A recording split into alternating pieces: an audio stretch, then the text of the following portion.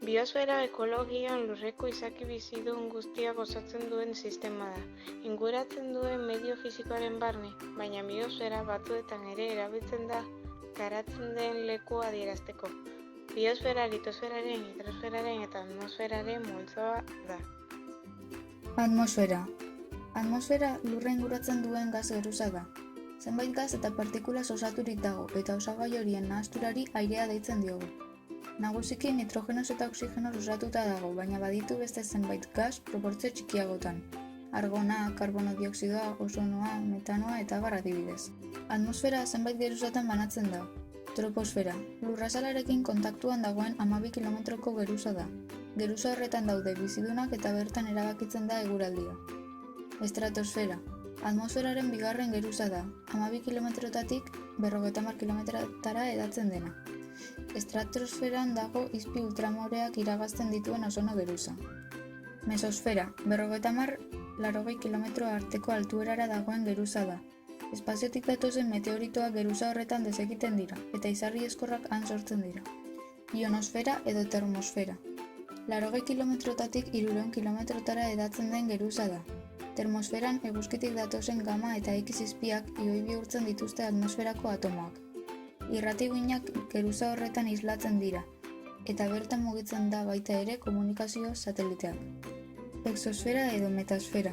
Atmosferako azken geruza da, 500 kilometrotatik gora hedatzen da, eta bertako gasen konposizioa oso bestelakoa da troposferakoaren aldean. Osagai nagusia atomo arinak dira, nagusiki hidrogenoa. Hidrosfera lurreko zientzietan lurrazpian, azalean eta gainazalean dagoen urak osatzen duen sistema materiala da. Hidrosfera urez eta uretan proportzio desberdinetan disolbaturik dauden gatz eta gasez osatua da. Hidrosferaren arazoa kutsadura da eta konponbida ur araztegia. Uraren zikloa edo ziklo hidrologikoa urak iragiten dituen fase desberdinen segida da. Lurretik, itsasotik edo lehorreko ur bilduetatik lurruntzea. Hodei eran kondentsatzea, prezipitazioa lurzoruan edo ur bilduetan pilatzea eta berriro lurruntzea. Ur masaren parterik gehiena egoera likidoan egon ohi da. Eta uraren zikloa bi atalez osatuta dago. Ur gezako ekosistema eta itsas ekosistema. Ur gezako ekosistema ibaiak, aintzirak, urmaelak, zona hezeak, lokastiak, zingirak, lurpeko urak eta akuiferoak. Eta itsas ekosistemak, itsasoak, ozeanoak, estuarioak, deltak eta padurak. Ur ekosistema. Padura kostaldeko gazi eta zingiratsua da. Itsasgora denean, ur gaziz bilaitua eta landare komunitate berezien euskarri izan ohi dena. Bertan dagoen ura geza lagazia izan daiteke. Naiz eta normalean bien arteko nahastea izaten den gazikara izateko.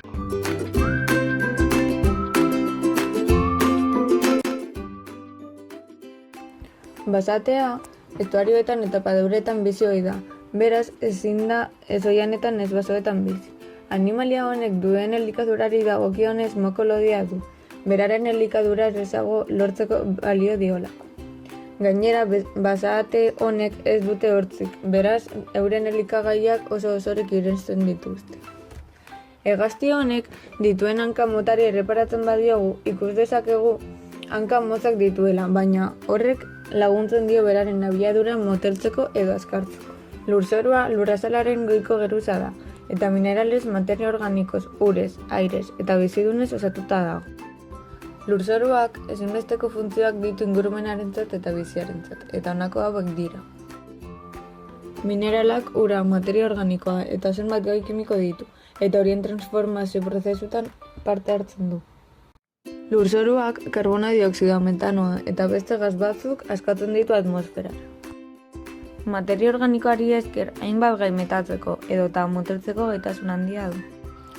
Lurzoruaren eraketa.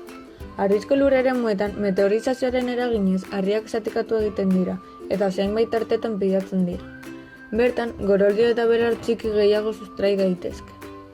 Meteorizazioak jarraitzen badu, areazko geruza bat sortzen da.